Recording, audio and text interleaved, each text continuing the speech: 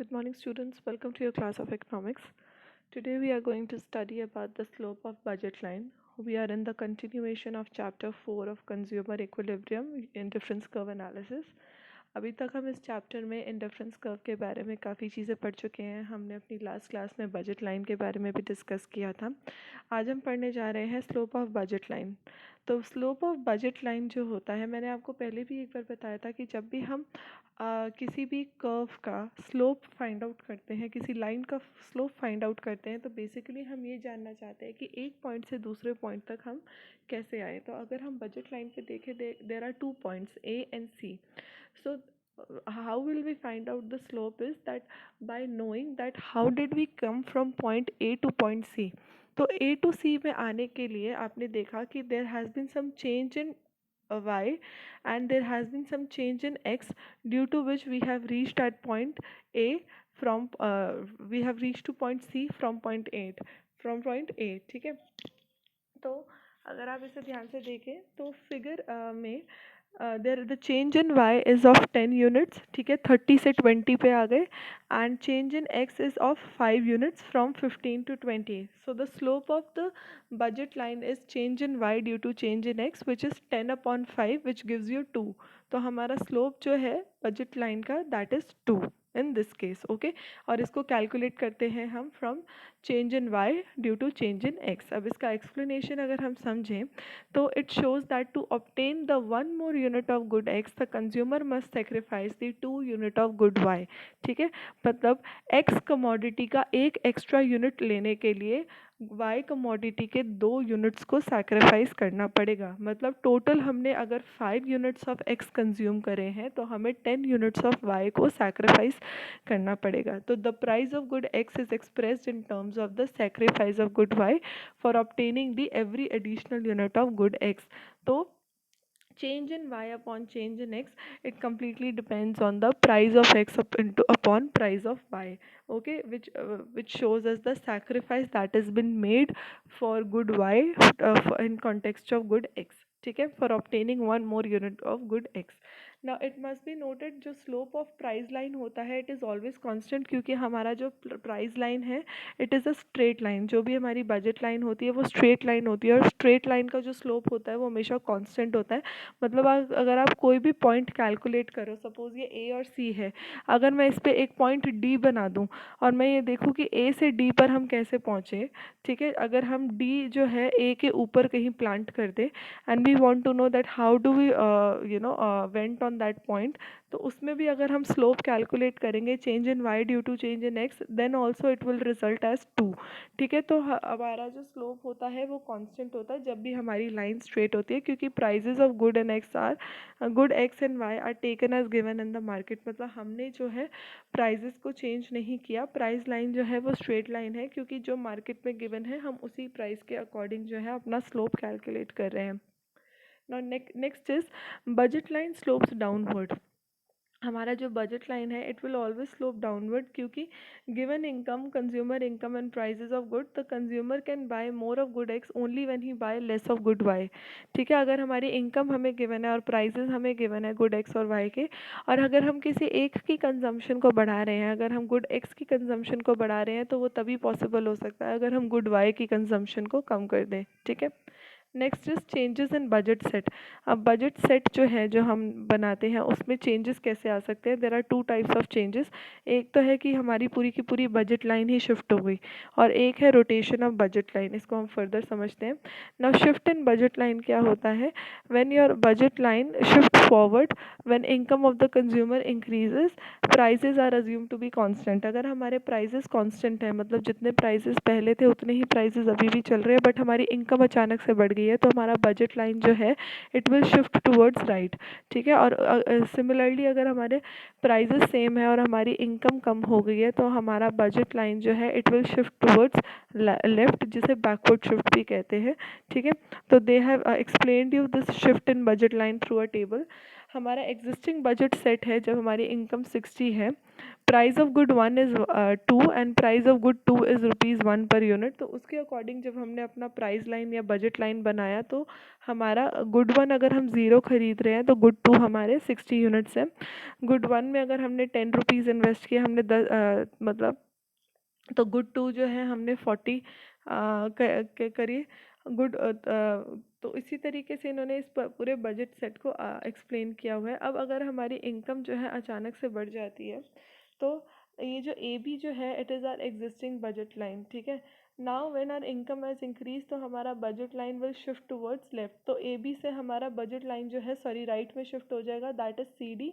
And अगर हमारा budget जो है कम हो जाता है, अगर हमारी इनकम कम हो जाती है, पहले इनकम 60 थी, अब इनकम हमारी जो है 30 हो गई है, तो हमारा जो बजट लाइन है it has shifted from A B to E F, ठीक है। तो this is the shift in budget line. Rotation of budget line क्या होता है, जब किसी एक प्रोडक्ट का प्राइस जो है वो कम हो जाए, ठीक है। सपोज जैसे कि अगर प्राइस ऑफ एक्स जो है इट फॉल्ड, वो कम हो गया और हमारी इनिशियल बजट लाइन जो है वो ए बी है, तो फिगर 14 में अगर आप देखें, price of X falls and budget line rotates to the right starting from Y axis, ठीक है। तो हमारा इनिशियल बजट लाइन जो था वो ए बी था। अब अगर गुड एक्स का प्राइस जो है वो फॉल कर जाएगा तो उसका हम ज़्यादा डिमांड कर सकते हैं, ज़्यादा यूनिट्स कंज्यूम कर सकते हैं, तो उस केस में हमारा बजट लाइन जो है ए बी से ए बी आर में शिफ्ट हो गया, ठीक है। उसी तरीके से अगर हमारा एक्स का वो है एक्स का प्राइस कांस्टेंट है और वाई का प्राइस इंक्रीज हो गया, तो जब प्राइस इंक्रीज होता है तो यूनिट्स ऑफ कमोडिटीज़ बढ़ जाती हैं, आप ज़्यादा कंज्यूम कर सकते हो।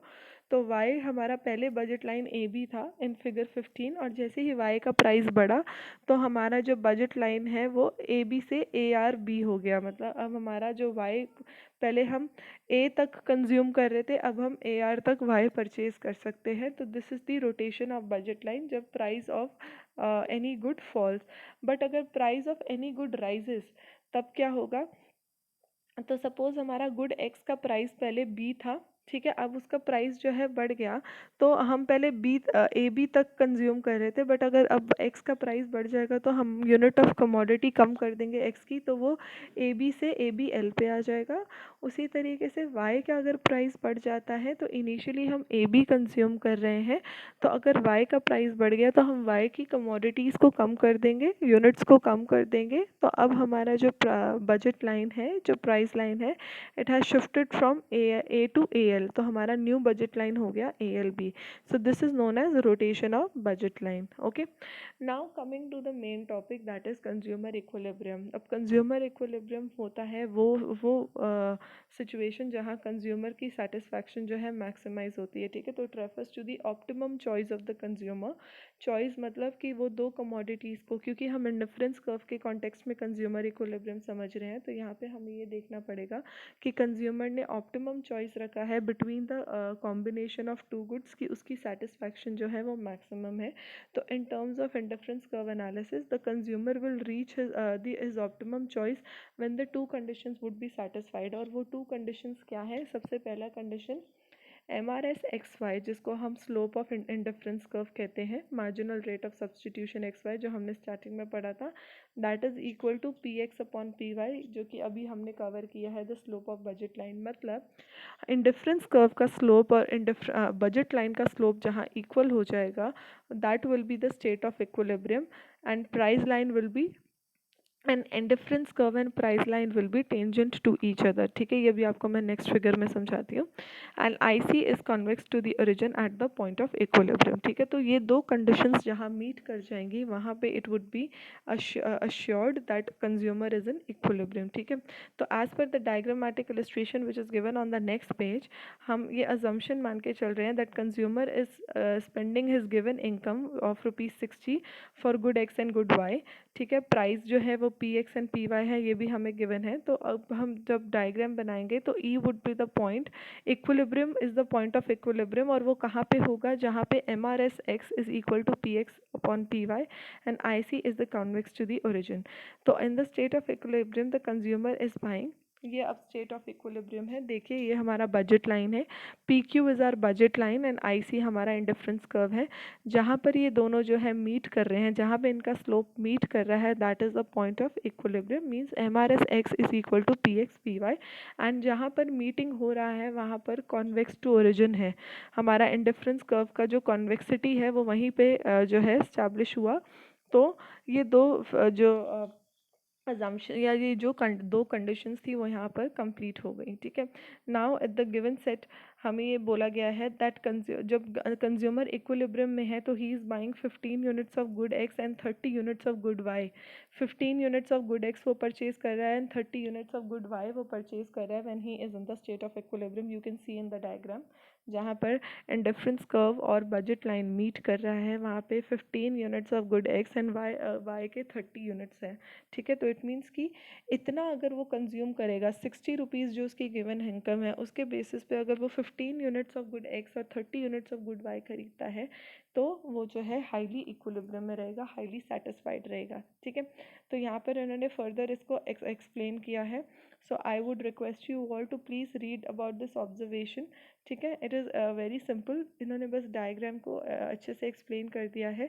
तो अगर एग्जाम में आपको क्वेश्चन आता है that you have to explain the consumer equilibrium in context of indifference curve analysis, तो you can use the same diagram. इसी डायग्राम और इसी नंबर्स के बेसिस पे जो है आप पूरा का पूरा इंडिफरेंस कर्व एनालिसिस के बेसिस पे कंज्यूमर इक्विलिब्रियम को एक्सप्लेन कर सकते हो। ठीक है, so this is the point. E is the point of equilibrium where MRS x is y is equal to px upon py. MRS x y जो है मैं already आपको explain कर चुकी हूँ, that is the slope of indifference curve. Slope of indifference curve हमने सबसे पहली क्लास जब हमने स्टार्ट की थी तभी हमने कवर कर लिया था। And slope of budget line जो है मैंने अभी आपको जस्ट इसी क्लास में एक्सप्लेन किया है। तो please revise the old video जिससे आपको समझ में आ जाए that what is MRS X Y and understand the concept of slope of budget line also, जिससे ये जो है आप क्लियरली इस जो कॉन्सेप्ट को है वो समझ सको। ठीक है, तो this is the concept of consumer equilibrium. Now what are the rationally behind the conditions of equilibrium, क्या क्या पॉइंट्स हैं to consider when we are considering the consumer equilibrium. तो वही दो पॉइंट्स को इन्होंने डिटेल में एक्सप्लेन किया है that the first condition has to be MRS XY is equal to PX upon PY. Now they have explained it with an illustration. And next is IC is convex to the point of equilibrium. तो at the point of equilibrium जहाँ पर equilibrium हो रहा है, जहाँ पे meeting हो रहा है IC curve का budget line के साथ, तो वहाँ पर IC का जो shape है, indifference curve का जो shape है वो convex होना चाहिए. This is because marginal utility derived from every commodity must decline as we consume more of it. तो convexity का मतलब क्या होता है कि आपका जो कर्व है it is decreasing eight decreasing rate, means कि जितना ज़्यादा आप कंज्यूम कर रहे हो उतनी ही उस प्रोडक्ट की यूटिलिटी जो है वो कम हो रही है। तो law does not hold good, तो consumer can never reach a point of stable equilibrium. तो can equilibrium be reach every additional unit of commodity offers more and more satisfaction? Certainly not. तो ऐसा कभी नहीं हो पाएगा। A consumer will never be able to reach its equilibrium, कि अगर वो ज़्यादा से ज़्यादा यूनिट्स कंज्यूम करता जा रहा है पर्टिकुलर प्रोडक्ट की तो he would never be able to be more satisfied, क्योंकि सेटिस्फैक्शन लेवल जो है वो आइडियली धीरे धीरे कम हो जाता है जब भी हम किसी कमोडिटी को ज़्यादा कंज्यूम करते हैं। ये लॉ हम ऑलरेडी पढ़ चुके हैं। ठीक है, तो this is why I C is always convex to the point of equilibrium. ठीक है, so these are the conditions. ये आपको सिर्फ एक बार पढ़ के समझना है। ठीक है, this is not very important. Important क्या है आपको, you should be knowing this point, this concept that what is the consumer equilibrium through indifference curve analysis. ठीक है, तो ये आपको अच्छे से पढ़ना है, समझना है। तो with this we have finished our chapter. Next chapter would be the law of demand, जो हम नेक्स्ट क्लास में स्टार्ट करेंगे। Please go through the videos and old videos of this chapter so that you can thoroughly understand the concept and are able to understand each and everything that is mentioned in this chapter. ठीक है, thank you very much. In case if you have any doubt, please bring into my notice. Thank you.